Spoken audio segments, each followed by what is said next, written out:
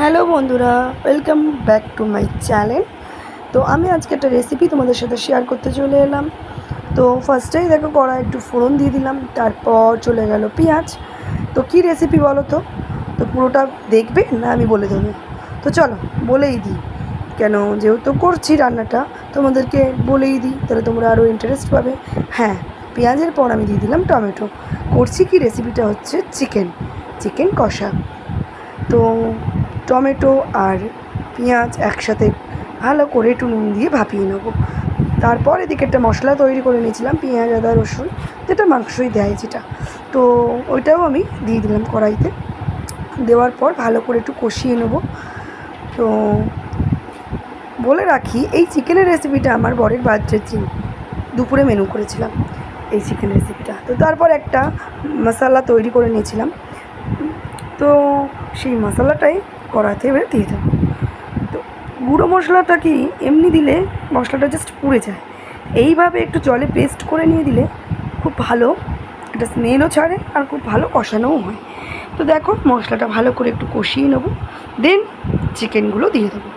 তো দেখো চিকেনগুলো দিয়ে দিলাম, চিকেনগুলো দিয়ে আবারও ভালো করে একটু কষিয়ে নেবো।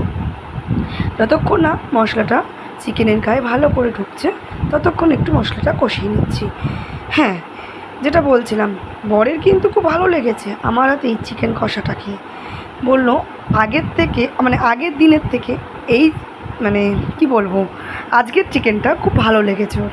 তো তারপর আমি হতে দিয়েছিলাম, তো কিছুটা তেল ছেড়ে দিয়েছে, তারপর আমি একটু টক দই দিয়ে দেবো। এই যে সামান্য একটুখানি টক দই ছিল, সেটা কি করব না চিকেনে দিয়ে দিই, চিকেনটা ভালো একটুখানি নরম হবে, খেতেও ভালো হবে। তো তারপর আমি চিকেনের মধ্যে এই টক দইটা দিয়ে ভালো করে কষিয়ে চাপা দিয়ে দেবো।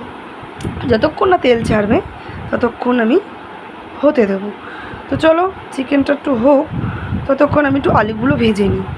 তো হোক চিকেনটা, তো হয়ে গেছে চিকেনের মোটামুটি অনেকটাই জল ছেড়ে দিয়েছি যেহেতু টক দই দিয়েছিলাম। তারপর যেগুলো ভেজে রেখেছিলাম আলুগুলো, দেখো আমি এক্ষুনি আলুগুলো দিয়ে দেবো। চিকেনে এবার একটুখানি আলু না দিলে আমাদের আবার খেতে ভালো লাগে না।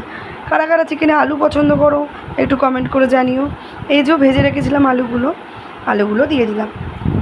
ঝাল ঝাল লাল লাল কষা মাংস আমাদের এইদিকে হচ্ছে। তো তারপর দেখো চাপা দিয়ে দেবো, দিয়ে কিছুক্ষণ হতে দেবো, তো আমাদের মাংসটা রেডি হয়ে যাবে। তো এই যে ফাইনালি আমাদের চিকেনটা রেডি। তো কাদের কেমন লাগলো আমার এই চিকেন রেসিপিটা একটু কমেন্ট করে জানিও। তো চলো এখানেই অফ হলাম, টাটা বাই।